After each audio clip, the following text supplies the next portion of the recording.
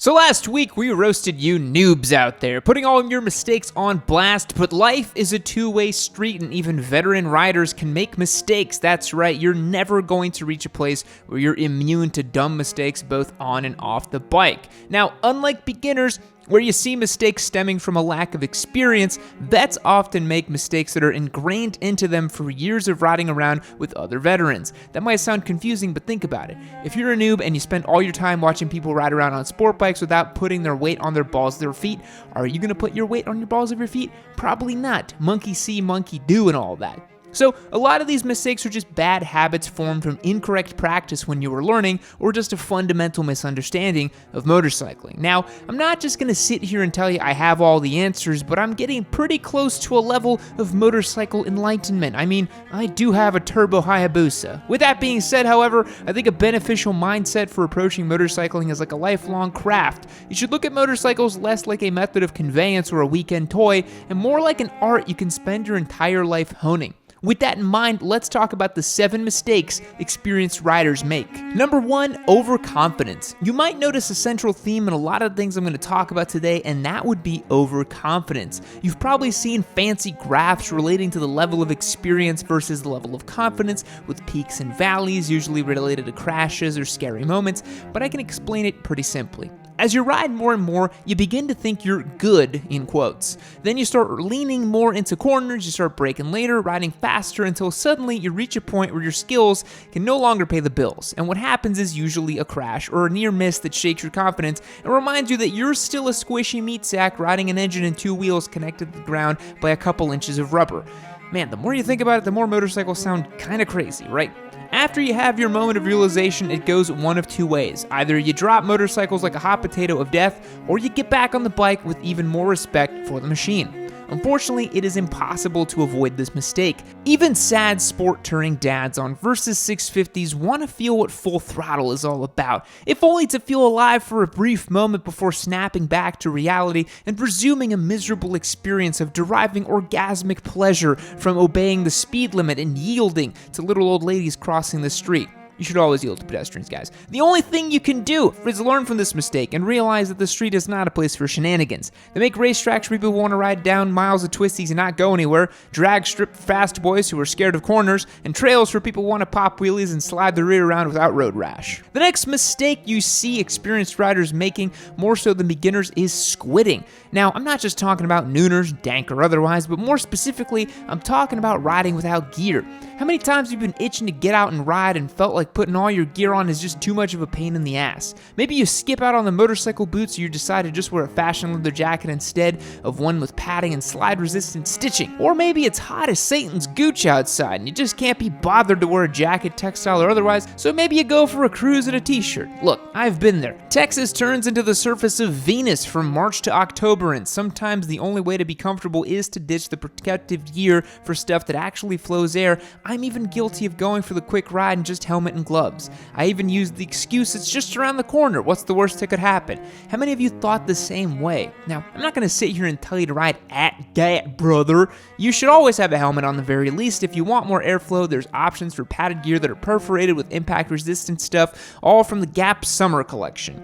If you're going to squid, at least consider the alternatives, but it is a mistake we see experienced riders making. One thing that should never be caught squidding is your cell phone. I mean, how much did you spend on that magic space brick? If the guys from the first moon mission could see what your cell phone could do, they'd probably have an aneurysm. I mean, think about it. You can scroll through the best in Busa memes while still watching this video. We are truly living in the future. But what happens when you drop it, you buttered finger hairless ape? Yeah, it shatters into a million little pieces like all your hopes and dreams when you realize that being an astronaut was a pretty competitive field and you're not smart enough and your vision isn't that great, so you should probably just shelf it, Yam. You're never gonna be an astronaut. That's why you need a rock form phone case. It won't get you on the spaceship, but it'll keep your phone safe, and that's good enough reason. If you needed another, it'll pop right into the handlebar mount so you can keep your phone securely mounted on your bike while you ride. They've also got all kinds of accessories for your phone that'll make it even more useful than it already is. Click the link down below and use the code YN25 for 25% off your order. Thanks again to Rockform for supporting today's video. Remember, code YN25 is 25% off your order from your sweet Papa Yam. The next 2 mistakes I see most commonly online, usually in the comments section or on forums, but occasionally they crop up at bike nights or on group rides.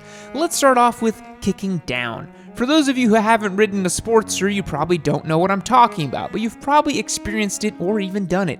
Essentially, when you move on from your beginner bike to a big bike, you make fun of people who aren't on bigger bikes. Again, think of the Sportster. You've probably heard a bunch of bearded Harley pirates say it's a girl's bike and only a real bike is a Softail.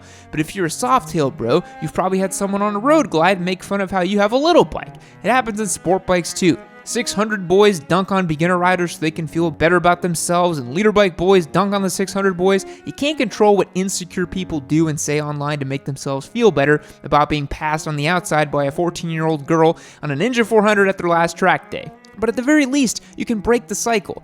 Just don't be a dick. It's not that hard. If someone shows up and proudly posts about how they just got their first bike, maybe just say congrats instead of, wow, loser, you should have gotten a 1000, you suck, kill yourself. Maybe instead of saying that their bike sucks, just be happy that someone else decided to get on two wheels, because the more people who are riding, the better off we are. Number 4 is even more common, and it's gatekeeping. Oh man, if you've ever watched one of our off-road videos or anybody else's off-road videos or spent any time in the comment section, you'll see a bunch of deeply sad cretins crop up and say that we suck and it's not even real off-roading. It is so common that it is a running joke at HQ whenever we consider making something dirt-oriented. Sometimes people might think that gatekeeping is some sort of reverse psychology encouragement, and I can almost understand where they're coming from. If you tackled the Erzberg rodeo, then a gravel road is probably not that exciting to you, and you want the person to go do something more intense so they can get better. That sort of makes sense, but you also need to remember that some people just want to take their BMW to the coffee shop and occasionally justify their $2,000 skid plate with the odd jaunt down a hard-packed twin track or a forest trail. What do you care? If they're having fun, then it's all good and all that really matters. Same with touring dads. You might talk to some folks online about your 300-mile trip you just took like clockwork. Some sweaty keyboard warrior is going to pop up and say that it's not even a weekend ride for them, and you're not a real motorcyclist for riding that little. The only way you could possibly consider yourself a proper rider is by doing a 2,000-mile iron butt. You see, this is what happens when you have a bunch of dudes in a hobby. It always devolves into a dick measuring competition, and it becomes uninviting to new people. And yes, it is mostly us dudes. This channel's 98% dudes. I know that. I have data. If you're one of those people who's opined about the lack of women or young people in motorcycling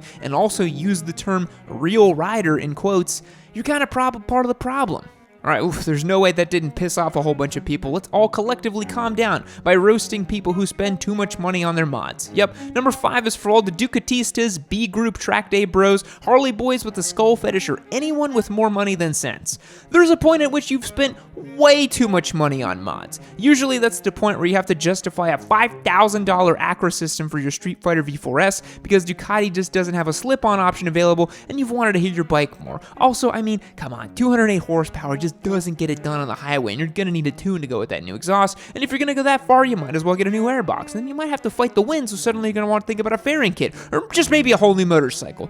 Then suddenly Junior isn't going to college, or you'll be working until you're 90 years old to finance your two-wheeled shenanigans. Look, I'm gonna level with you. No one who isn't a professional motorcycle racer needs carbon fiber wheels.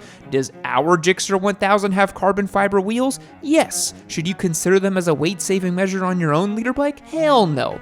You might be thinking that this is the last bike you're ever gonna own, and if you're gonna have it for forever, you might as well treat it right. But come on, my guy, for $4,000 worth of carbon fiber, you could just buy a whole other motorcycle and have a lot more fun. Stick to normal mod. Don't go crazy. Same for you ADV boys thinking you need a whole bunch of Farkles before your bike is ready to hit the dirt. You listening, Spite? Stop modding the KLR and just ride the damn thing. The next one is aimed at those of you who are leveling up from your beginner bikes out there. If you can avoid it, don't sell your beginner bike. That's gonna be a big mistake. Chances are you'll regret it later on down the line. If you started on an R3 and you want a naked bike, that's fine, but hang on to that R3 as a little track learner mule, or maybe use it to teach someone else in your family how to ride. Or heck, just keep it around as a cheapo poodle around the city kind of bike. This is especially important if you're looking at going from a sport bike to a dual sport or a big cruiser.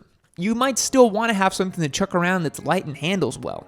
The N+1 rule is a thing for a reason, and I think that the ideal garage has a few different options that can do different things. For example, I have my race bike, which is a track-only bike. I have my FE501, which is my main ride at the moment because, I mean, just look at it. It's literally a perfect motorcycle, and I took it around the block the other day, and it's just, oh my god, it's so good.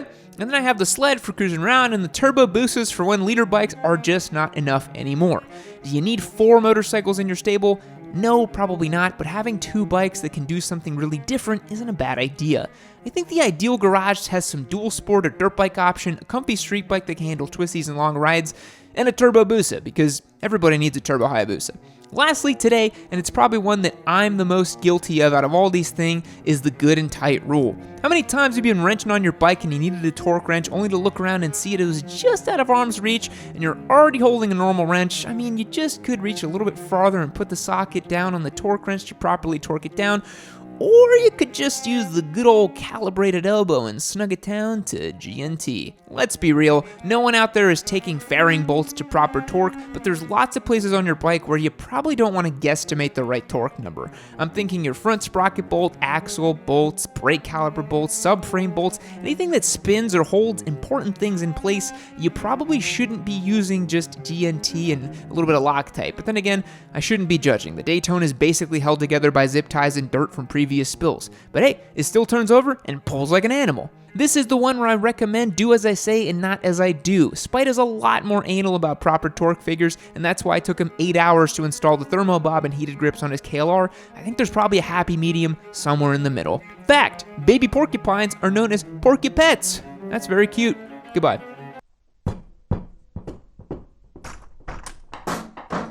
Keep watching.